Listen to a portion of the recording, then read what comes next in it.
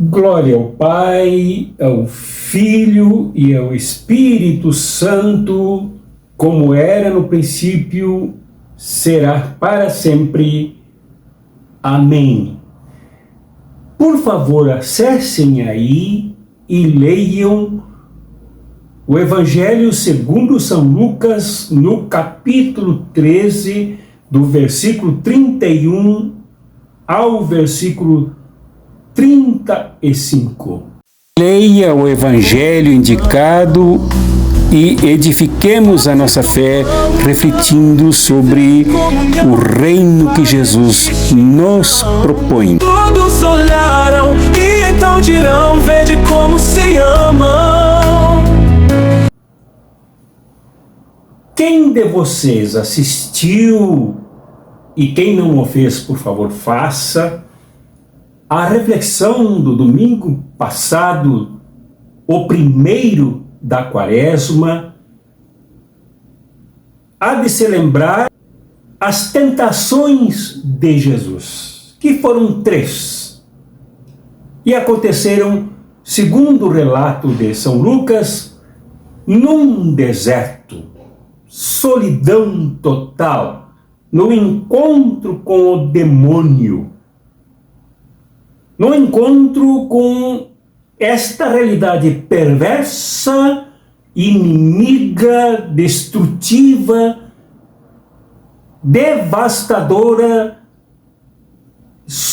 do supermal que anda e domina no mundo, na criação e entre as pessoas.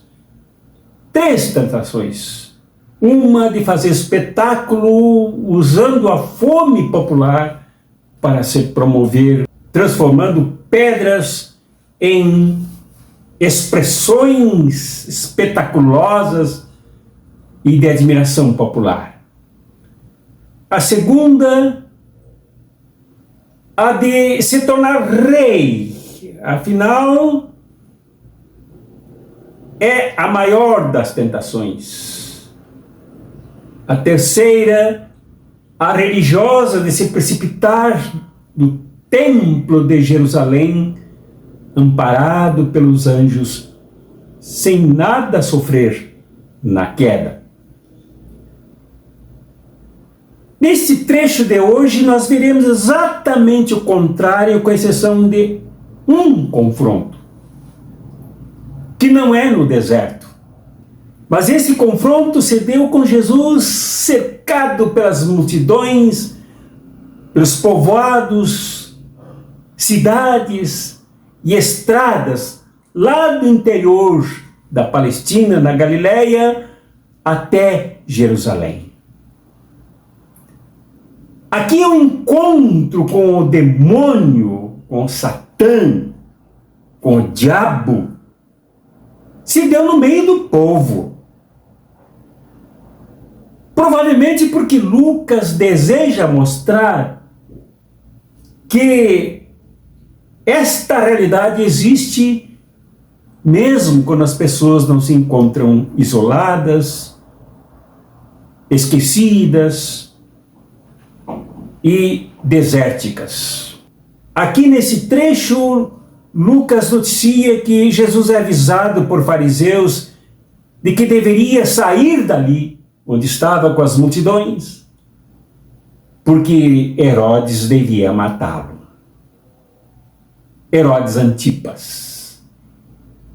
Herodes, famoso pelos crimes, matança na sua própria família, por degolar João o Batista, por, enfim, sangrar os profetas, matar o povo.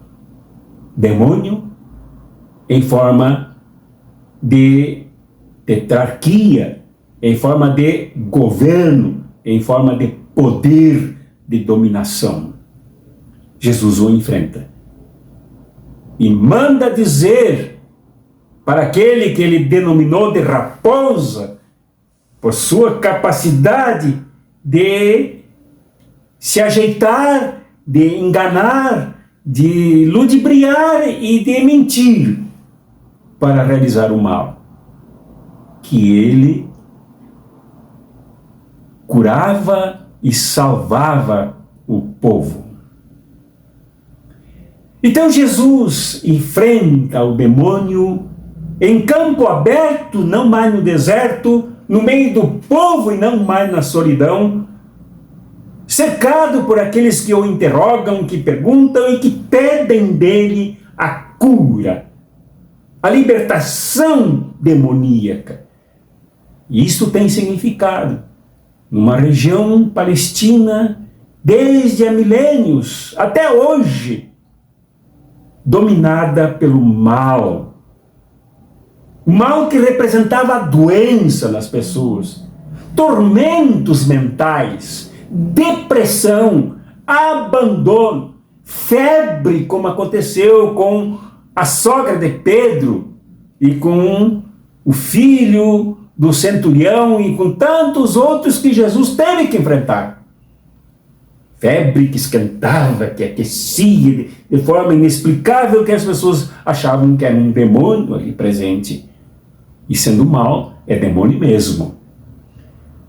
Jesus enfrentando as vítimas da guerra, como aconteceu com Bartimeu, filho de um general, que foi assassinado, e ele teve seus olhos queimados para não enxergar mais nada, e toda a sua família genocidada.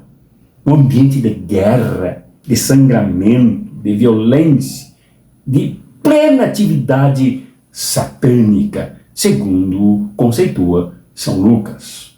É aí que Jesus está. Não mais sozinho, não mais atormentado pelas ideias que tentavam fazê-lo vítima, mais uma vez, da traição ao projeto inicial que ele recebera do Pai. Este é o primeiro ponto que devemos destacar aqui nesta leitura do Evangelho de São Lucas, com todo o seu contexto prévio e posterior. Aqui está Jesus no meio do povo. Aqui Jesus enfrenta as questões no meio do povo, nas estradas, nas vilas, nas cidades, no encontro com as pessoas.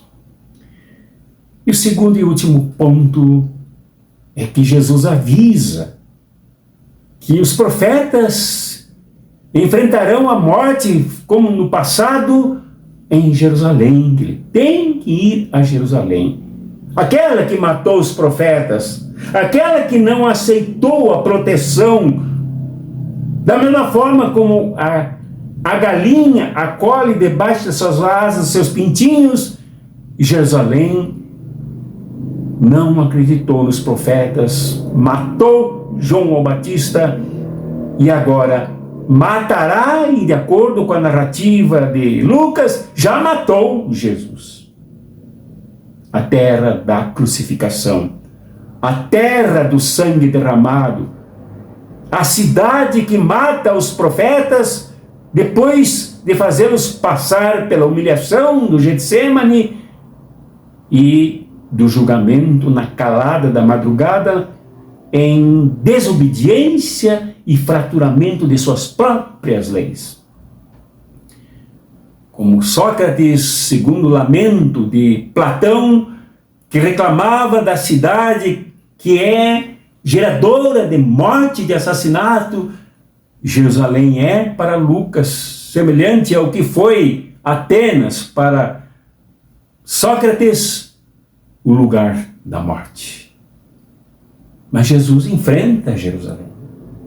Jesus revivencia os profetas até mesmo na hora do seu holocausto, na hora da sua morte, na hora da perseguição, no momento da cruz. O mal se faz presente na sua forma mais extremada e mais cruel possível. Agora não mais no abandono, mas no abandono, na solidão de uma cruz e na morte violenta, bárbara, fazendo deste lugar, Jerusalém, o epicentro, o eixo em torno do qual gira a injustiça, gira a violência e produz o assassinato. É isso que Jesus indica para os seus discípulos e discípulas. É isso que Jesus diz que há no mundo. E que seus discípulos são discípulos como o mestre, como o ameaçado, como o profeta que é aquele a ser eliminado. Os discípulas também devem entender que no mundo não existe paraíso, que no mundo não existe o céu de brigadeiro, que no mundo, enquanto houver injustiça, enquanto a porta larga for a entrada dos avarentos, como o rico, na demonstração de Lucas mais adiante, ou como aquele que come enquanto as migalhas caem debaixo da mesa,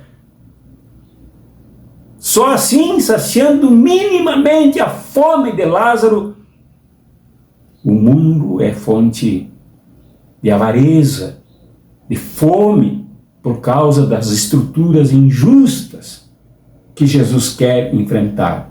Nesse ambiente de pura iniquidade, de pura injustiça, é aí que ele realiza o seu reino. Isto é muito diferente de outros caminhos tomados a partir do segundo século, como eu venho denunciando enfaticamente nas reflexões.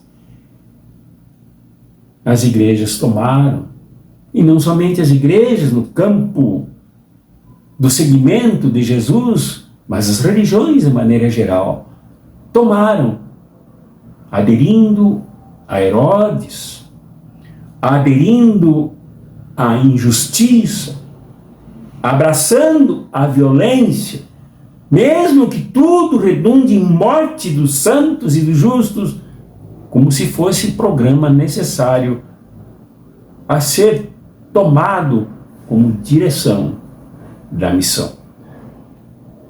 Nós temos que ouvir e não só ler, entender e não só ouvir o que Jesus nos propõe hoje, conclamação de Jesus, o clamor de Jesus, o lamento de Jesus, para que nós escolhamos o nosso lado, o lado correto, o lado dele, no meio do povo, dos povoados, das vilas, da ausência de infraestrutura, do abandono das pessoas, e como ele, lutando para libertar as pessoas dos demônios atuais. Como ele, lutando para libertar as pessoas das doenças geradas por tanta barbaridade. E assim sermos fiéis a Jesus. Não há outro caminho. Não se vê nesse texto nenhum outro indicativo de que não seguimos Jesus. Não o de seguirmos Jesus, aquele que enfrentou o demônio na solidão do deserto sem cair em tentação. E aquele que não temeu enfrentar o demônio feito Herodes, feito sistema dominante, feito manipulação, feito medo, como o que tomava conta do próprio Herodes, por isso desejava matá-lo.